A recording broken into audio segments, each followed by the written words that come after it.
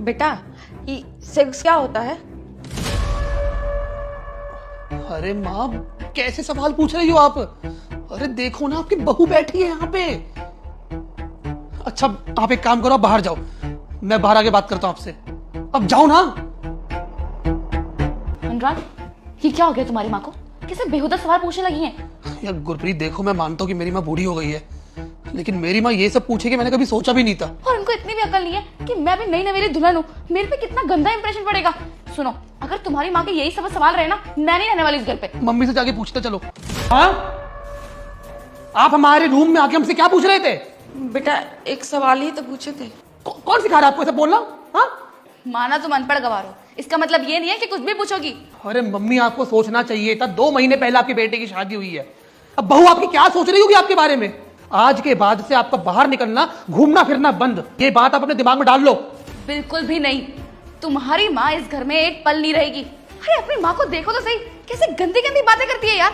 देखो अनुराग, तुम मुझे लेकर आए थे कि तुम्हारी माँ समझदार है, लेकिन मुझे ना ये मूर्ख लगती है। तो ऐसे मूर्खों की जगह सिर्फ और सिर्फ वृद्धाश्रम ही होती है। और सही कह रही है आपकी बहू। अगर आप हमारे घर में रहोगे ना, और कल को अगर हमारे बच्चे होंगे, हमारे बच्चों के ऊपर भी वही असर पड़ेगा जो आज आप बोल रहे हो ना। तो इससे अच्छा यही होगा, आप इसी वक्त मेरे घर को छोड़ो और घर को छोड़ के वृद्धाश्रम में जाके रहो। आप जाइए यहाँ से। सही कह रहे हो बेटा, मेरे बच्चे जिसमें खुश होंगे ना, मैं वही काम करूंगी। हम ज्यादा पढ़े लिखे तो है नहीं, तो क्या पता हमारे मुंह से कुछ निकल जाए और तुम दोनों को बुरा लग जाए। उससे तो अच्छा यही होगा कि हम पहले ही वृद्धाश्रम चले जाएं। हम चले जाएंगे बेटा, लेकिन ये एगो फार्म था, ये फार्म भर दोगे तो हमारा पेंशन हमको मिलता रहेगा। ये फार्म पे ही लिखा था ना, SEX। माँ, आप ये पूछ रहे थे? हाँ बेटा, यही पूछ रहे थे। आगे बेटा, सब कुछ जानने के बाद मां को वृद्धा आश्रम भेजेगा या नहीं, उसे देखने से पहले इस वीडियो को लाइक करके सब्सक्राइब करेगा और कमेंट में जय श्री राम लिखेगा। उसका जल्दी मनोकामना पूरा हो जाएगा। मुझे चले ही जाना चाहिए था, मैं तो अनपढ़ हुई, लेकिन मैंने जीवन में ना एक बहुत अच्छा काम किया, तुम्हें पढ़ा लिखा दिया।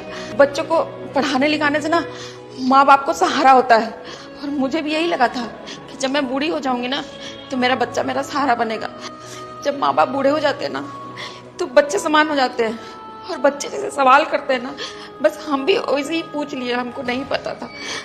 हो सके तो हमको माफ कर देना, हम वृद्धाश्रम चले जाते हैं। माँ,